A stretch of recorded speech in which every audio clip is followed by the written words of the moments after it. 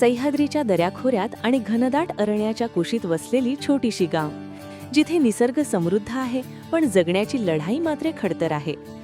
वर्षानुवर्षांची परंपरा आणि संस्कृती जपणाऱ्या या आदिवासी कुटुंबांच्या डोळ्यात आजही प्रगतीची स्वप्न आहेत. पण केवळ स्वप्न पाहून चालणार नाही, तर त्यांच्या हातांना काम आणि जगण्याला सन्मान मिळवून देणं ही काळाची गरज आहे. दुर्गम आदिवासी भागातील कुटुंबांना मुख्य प्रवाहात आणण्यासाठी आज नवनवीन प्रयोग होत आहे. मग ते आधुनिक शेती असो, कौशल्य विकास असो, या माध्यमातून इथलं जीवनमान आता बदलू लागलं आहे. गरिबीच्या चक्रातून बाहेर पडून स्वावलंबनाकडे जाणाऱ्या या आदिवासींना बाईफ डेव्हलपमेंट रिसर्च फाउंडेशनच्या माध्यमातून मोलाची साथ मिळत आहे. यामध्ये पिंपरीच्या रोटरी क्लबची आर्थिक मदत मिळत आहे. याचाच एक भाग म्हणून पुणे जिल्ह्यातल्या राजगुरुनगर तालुक्यातल्या खरपूड आणि खोपेवाडी या गावात रोटरी हॅपी विलेज हा प्रकल्प राबवण्यात आलाय. या माध्यमातून आदिवासी भागातील कुटुंबांना आर्थिक स्वावलंबन देण्याबरोबरच त्यांचं जीवनमान उंचावून ग्रामीण अर्थसंकल्पीय क्षमता वाढवणं हा त्यामागचा मुख्य उद्देश आहे. या प्रकल्पाच्या माध्यमातून शेती आणि शेतीसंबंधी उपक्रम राबवण्यात आलाय. यामध्ये जलसाठा आणि सिंचन मजबूतीसाठी शेततळी उभारण्यात आली. शेततळ्याचा गावातील 4 लाभार्थ्यांनी फायदा घेतलाय. यापूर्वीची आमची या गावची परिस्थिती, पिण्याचं पाणी या ठिकाणी अजिबात उपलब्ध नव्हतं. खूप लांबून 2-2 किलोमीटरवरनं आम्हाला पाणी आणावं लागायचं. आणि त्याच माध्यमातून जनावरांचं तर इतकं हाल होतं की जनावरं पाळणंसुद्धा मुश्किल होतं. 8 ते 10 लाख लिटरचं एक शेततळं आम्हाला दिलेलं आहे. तर पहिले 9 ते 10 लिटर माझ्याकडे दूध असायचं. पण बायफच्या माध्यमातून आणि रोटरी प्रकल्प पिंपरी यांच्या विद्यमाने या पाण्याची खूप मोठी माझी व्यवस्था झाल्यामुळे मला 40 ते 50 लिटरपर्यंतची दुधाची या वर्षी म्हणजे 25-26 या रनिंग वर्षामध्ये मला मजल मारता आली. पहिला 10 लिटरचा जवळजवळ एक 2-2.5 हजार रुपये मला महिना यायचा, किंवा जास्तीत जास्त 5,000 रुपये. परंतु आज मी 60 ते 70 हजार रुपये महिना या दुधाच्या माध्यमातून माझं वार्षिक उत्पन्न वाढलेलं आहे. जून ते सप्टेंबर या कालावधीच्या नंतर भात कापणी संपली की लोक इथनं बाहेरगावी कुठेतरी मोलमजुरी किंवा मुंबईसारख्या ठिकाणी स्थलांतरित व्हायचे. इथे असं उत्पन्नाचं साधन नसल्यामुळं लोकांना हाच पर्याय होता. पण ज्यावेळेस आमच्याकडे हॅपी विलेज हा रोटरी प्रकल्प पिंपरी पुणे या माध्यमातून हा प्रोजेक्ट आमच्याकडे आला आणि इथून पुढे कधी भविष्यात शहराकडे आपल्याला जाता येणार नाही अशी आमची तरतूद त्यांनी करून दिलेली आहे. पाण्याच्या साठवण सुविधाबरोबरच विविध शेती पिके घेण्यात आली आहेत. यामध्ये भात, भाजीपाला, आंबा लागवड करण्यात आली आहे. आतापर्यंत या प्रकल्पाअंतर्गत आंबा लागवडीचा 50, भाजीपाला लागवडीसाठी 25 आणि भात लागवडीचा 120 लाभार्थ्यांनी फायदा घेतलाय. अहो, या गावामध्ये अजिबात एकच विहीर होती. 4 महिने आम्ही गोटवडीला पाण्याला जायचो. 4 महिने आमची जनावरं गोटवडीला, माणसं गोटवडीला पाण्याला जायची. आता आम्हाला शेततळी दिली, गावतळी दिली, तर आमचा पाण्याचा पूर्ण प्रश्न सुटलेला आहे. आता काय आम्हाला कुठं पाण्याला जायलाच लागत नाही आहे. आणि आमच्या जनावरांचं पण चांगलं भागात आहे, उत्पन्न भेटत आहे दुधाचं. त्यांना हिरवा चारा पण बनवता येतो इथं. आता काय कुठं पाण्याला जायला लागत नाही, काय नाही. सर्व घरीच आता पार डोक्यावर आणून घरातच कपडे धुईत आहे. नाही तर गोटवडीला धुणं, गोटवडी सर्वच गोटवडीला.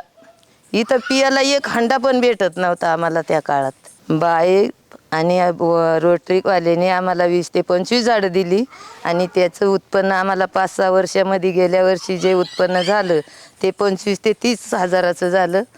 आणि आम्हाला काय आता कुठं जाण्याचा प्रश्न येत नाही. पाण्यामुळं मेथी करतो, गवार, भेंडी, कोथिंबीर अशी पिकं घेतोय आम्ही.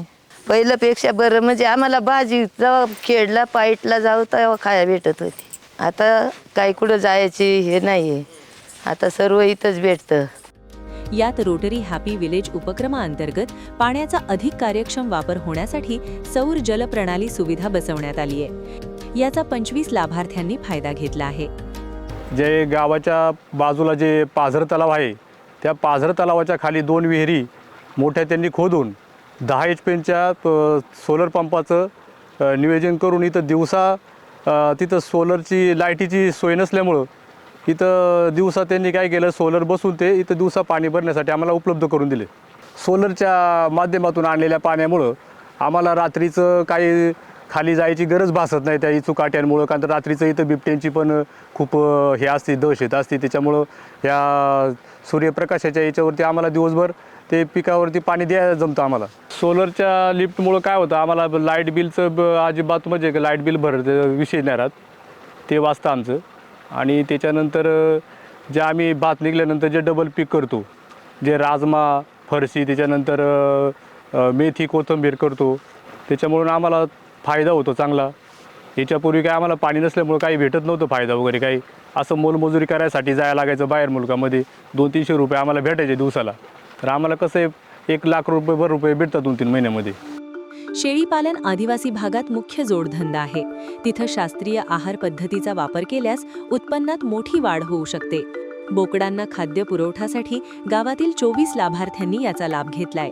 शेती पशुसंवर्धन उपक्रमाबरोबरच आरोग्य संदर्भातही उपक्रम राबवण्यात आले.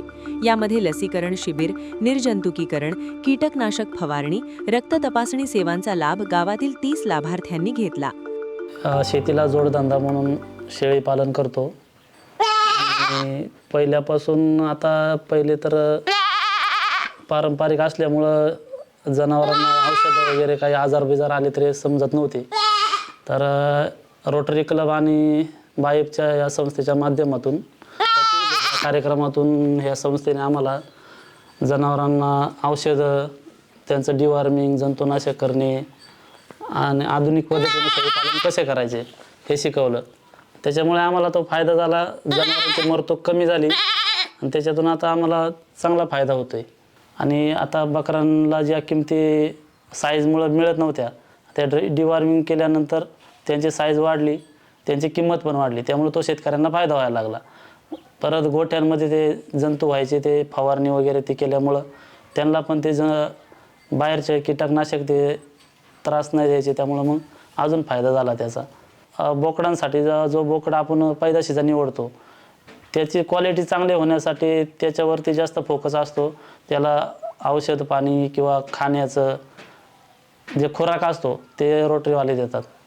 त्यामुळं मग त्याचा एक फायदा असा का तो बोकड आपण 1-2 वर्ष चांगला ठेवून त्याच्या खाली जर आपल्या बकऱ्या क्रॉस झाल्या तर त्यांची पिल्लं चांगली मिळतात आपल्याला. त्यामुळं मग ते बोकड ठेवल्यामुळं तो एका पिल्लांचा चांगला फायदा होतो का जेणेकरून पुढं मोठाली होतात ती आणि त्यांची चांगली किंमत मिळते आपल्याला. मरतुकीमुळं एक जर पिल्लू मेलं तर आपलं नाही म्हणलं तरी 7-8 हजाराचा तर मिनिमम तोटा होत होता. जर आता ती जर मरतूक कमी झाली तर तो फायदा व्हायला लागलाय. आदिवासी भागातील कुटुंबासाठी बांबू रोप वाटिका हा एक अत्यंत फायदेशीर आणि शाश्वत व्यवसायाचा पर्याय आहे. बांबूला हिलवं सोनं म्हटलं जातं, कारण यापासून वेगवेगळे उत्पादन घेता येतं. यासाठी बायफच्या माध्यमातून प्रोत्साहन देण्यात आलं.